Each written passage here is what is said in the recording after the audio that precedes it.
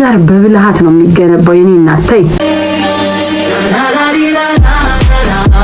እብድ ቤቷን አቃጥላ አሁን በራልኝ ያለች አሉ። ክብርሽ፣ ጌጥሽ፣ ውበትሽ፣ ደስታሽ የምር ትዳርሽና ልጆችሽ ናቸው።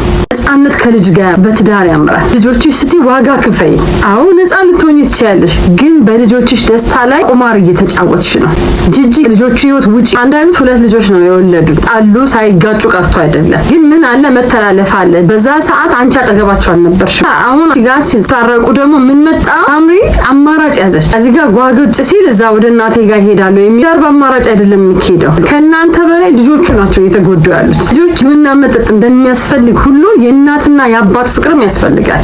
እኛ ከመውለዳችን በፊት ፍቅራችንን ደስታችንን ሼር አድርገን ጨርሰን ይሆናል። ልጆች ሲመጡ ግን ደስታ ላይ እኛ መለያየት አለ። ለልጆች ሲባል ልጅ ትሙት ለማን አሰብሽ? ለልጅሽ ሳሚን ለልጆቿ ማሰብ ግድ ነው። ፍቅር ቁልቁል ነው። እናት ለልጅ ልጅ ለልጇ እያለ ነው የሚሄድ። ታሮ ሁለቴ አይቆላም የሚል አባባል። እኔ ያጠፋሁትን ጥፋት ልጄ እንድትደግመው አልፈልግም።